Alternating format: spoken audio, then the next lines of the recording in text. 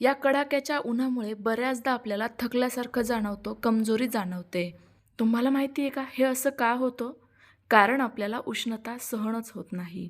मग हीच उष्णता कमी करण्याकरिता मी आज बनवते अतिशय पौष्टिक असे, तोंडात जाताच विरघळणारे आणि महत्त्वाचं म्हणजे फक्त 3 घरगुती साहित्यात जराही साखर न वापरता किंवा पाक न बनवता खुसखुशीत असे लाडू. तर नमस्कार, मी तेजश्री खाद्यप्रेमी या यूट्यूब चॅनलमध्ये तुम्हा सर्वांचं खूप खूप खूप मनापासून स्वागत करते. मला खात्री आहे अगदी कमी तुपामध्ये तयार केलेले आणि महिनाभर टिकणारे हे लाडू तुम्हाला नक्की आवडतील. चला तर मग लगेचच उन्हाळा विशेष पोटाला थंडावा देणाऱ्या या मऊ लसलुशीत तोंडात जाताच विरघळणाऱ्या लाडूची रेसिपीला सुरुवात करूया. पूर्वीच्या काळी आयुर्वेदिक पदार्थांचा एक गोल गरगरीत लाडू बनवला जायचा, ज्याला लाडूका म्हणायचे. असाच लाडू आजही आपण बनवतोय.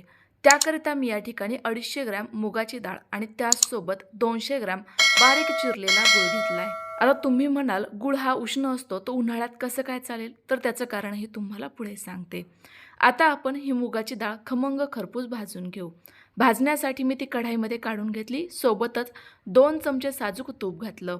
तुम्हाला माहितीच आहे, डाळींमधील ही मूग डाळ जी आहे ती थंड प्रवर्गात येते. यामुळेच तर मुगाचं सेवन केल्यानंतर कधीही ॲसिडिटी, पित्त होत नाही. यामध्ये भरपूर सारे प्रथिने असतात, जी आपली शक्ती कायमस्वरूपी टिकवण्याकरिता मदत करतात. तर ही आपल्याला एकदम मंद गॅसवर खमंग खरपूस छान असा सुगंध दरवळेपर्यंत भाजून घ्यायची आहे.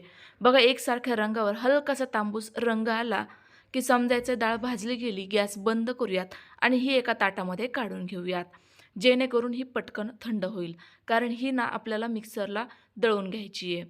तर बघा, डाळ आपली व्यवस्थित थंड झाली, त्यामुळे ही खूप छान अशी कुरकुरीत जाणवतीये. ती लगेच आपण मिक्सरला फिरवून घेऊयात. मूग डाळ भाजत असताना आपण जर अशा तुपाचा वापर केल्यामुळे हे लाडू बनवताना आपल्याला जास्त तूपही लागणार नाही. आता हे मी मिक्सरला फिरवून घेते. तर साधारणतः रव्याच्या लाडूकरिता आपण ज्या पद्धतीचा रवा वापरतो, अगदी बारीक असा, त्याच पद्धतीचं आपल्याला हे मूग डाळीचं पीठ बनवून घ्यायचं आहे. मूग डाळ भाजलेली असल्यामुळे ही मिक्सरला सहजतेने दळली जाते. आता पुन्हा एकदा कढईमध्ये 1 ते 2 चमचे साजूक तूप घालूयात. कारण आपण यामध्ये कोणत्याही प्रकारचे महागडे ड्रायफ्रुट्स न वापरता 2 चमचे टरबुजाचं जे बी असतं, ज्याला आपण मगज बी म्हणतो, ते तळून घेणार आहोत. हे बी देखील थंडच असतं, जे उन्हामुळे होणाऱ्या मायग्रेनच्या त्रासाकरिता खूप छान असं फायदेशीर ठरतं. हे देखील हलकंसं फुलेपर्यंत भाजून घ्यायचं. लगेच यामध्ये मगाशी जी डाळ दळून घेतलेली आहे, त्याचं जे पीठ तयार झालंय ते घालायचं. तर बघा, खूप छान अशी ही मूग डाळ पिठासारखीच व्यवस्थित अशी बारीक दळली गेली आहे.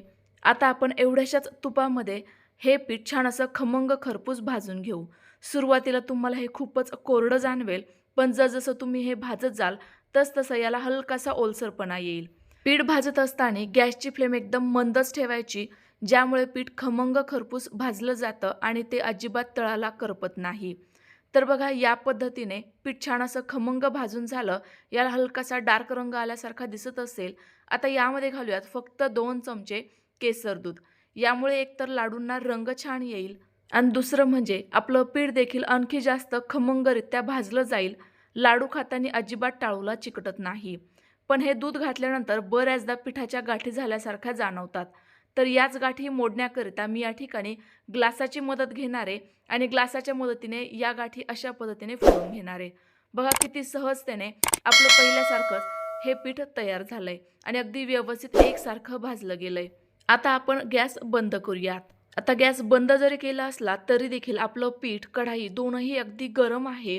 आता लगेच यामध्ये इलायची पूड घालूयात आणि सोबतच जो बारीक चिरलेला गूळ होता ना, तो घालूयात. आता इलायची देखील थंड असते, त्यामुळेच उन्हाळ्यामध्ये हिचं सेवन जास्त प्रमाणात केलं जातं. तुम्ही हे Googleवर देखील सर्च करून बघू शकता. आणि हो, गूळ जरीही उष्ण असला तरी देखील पूर्वीच्या काळापासून गुळाचं सेवन हे तुम्ही ऐकलं असेल, उन्हाळ्यामध्ये आवर्जून केलं जायचं. याचं कारण म्हणजे गूळ जर तुम्ही थंड पदार्थांसोबत खाल्ला तर तो तुमच्या शरीराला थंडावाच देईल. तुम्ही नुसता गूळ खाण्यापेक्षा तो पाण्यात विरघळून खा किंवा मग या पद्धतीने थंड पदार्थांसोबत खा. आता गूळ मी व्यवस्थित असा या पिठामध्ये मिक्स करून घेतला. तो छान असा हलकासा वितळला गेलाय आणि जरीही थोडेफार गुळाचे खडे जाणवत असतील तर ते तुम्ही हाताने अशा पद्धतीने प्रेस करून घेऊ शकता, चुरून घेऊ शकता. आणि जर नसेलच शक्य तर पुन्हा एकदा हे मिश्रण तुम्ही मिक्सरला फिरवून घेऊ शकता. अगदी खूप छान असं या पिठाला बाइंडिंग येतं आणि अगदी सहजतेने आपले हे लाडू आपल्याला बांधता येतात. पीठ अगदी हलकंसं कोमट असतानाच लाडू बांधायला सुरुवात करायची आहे, ज्यामुळे पटकन आपले गोल गरगरीत लाडू बांधता येतील.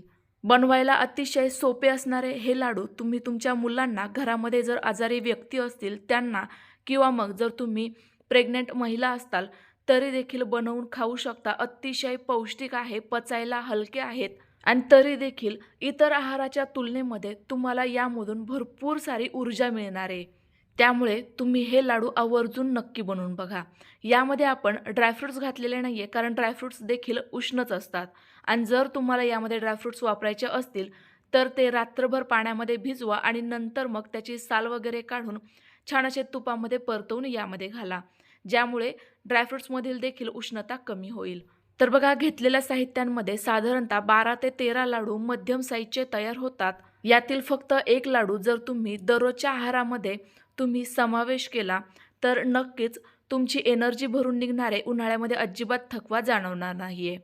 तर तुम्हाला आजची ही रेसिपी कशी वाटली कमेंट्स करून नक्की कळवा. रेसिपी आवडली असल्यास लाईक करा आणि जास्तीत जास्त शेअर करा. पुन्हा एकदा भेटूयात अशाच एखाद्या उपयुक्त आणि तुम्हाला आवडणाऱ्या रेसिपीसोबत. तोपर्यंत बाय बाय.